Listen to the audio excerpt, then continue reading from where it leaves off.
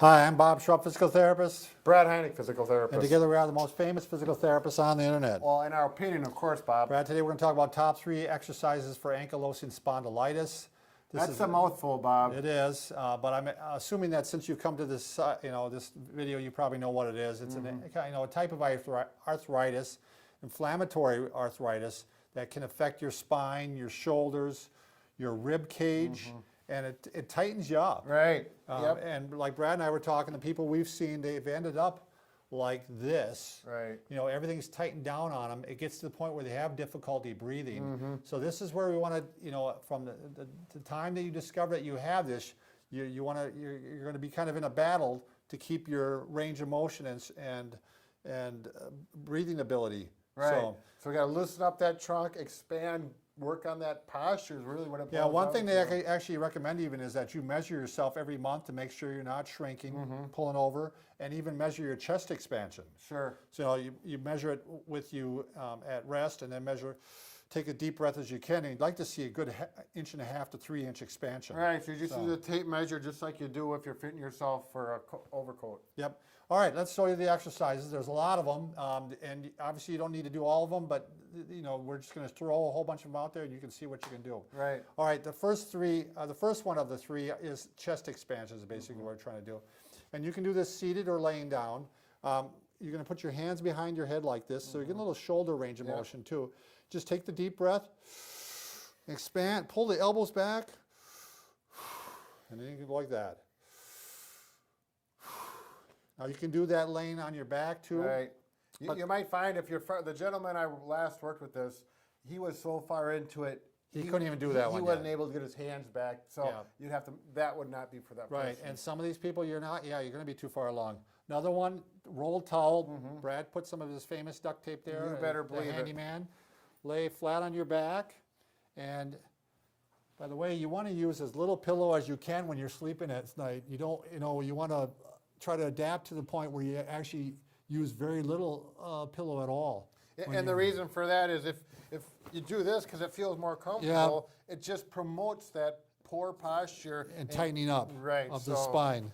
So again, I got a rolled towel between my shoulder blades, and now the same thing, you can do this. And again, if you can do it without a pillow, go ahead and do it without a pillow.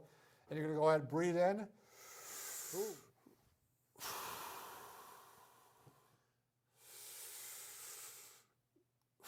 Good, so he's breathing in as he comes up, exhales as the arms go down. And Bob, can you just roll over this way? Because I don't know if everyone knows. Sure. Here's where that towel roll is, right between the shoulder blades, right on the spine.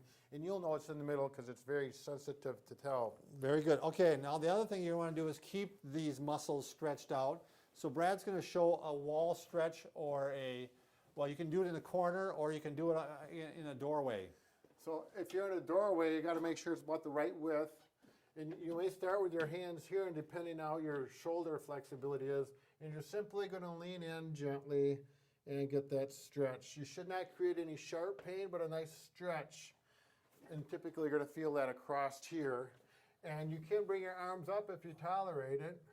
Whatever you feel good, you're going to hold that for 15 to 20 seconds, up to 30 seconds if you can. Okay, and you do that 3 times. You can go into a corner of a wall. If you don't have a door, a corner works good. This would be a wall here, but if you get the idea, your face goes towards the corner and your arms are out on the wall. Because most houses don't have doors, so we got to make sure we got to account for that. Okay, the next one we're going to do is the second exercise is really more for strengthening, because you want to strengthen the back muscles to help hold you straight. Right. Keeping the spine straight as possible. That's our goal. So Brad's going to go ahead and lay down. Why don't you lay flat on the pillow, Brad, with the pillow underneath you. You want the pillow kind of right over here in the abdomen. So right there, yeah. And simply lay on it. So we can start off by just doing arm exercises too. Where's that towel roll? Oh yeah, the towel for the forehead. It works out really good, doesn't it, Brad? Yeah. So you can put his head his forehead on the towel.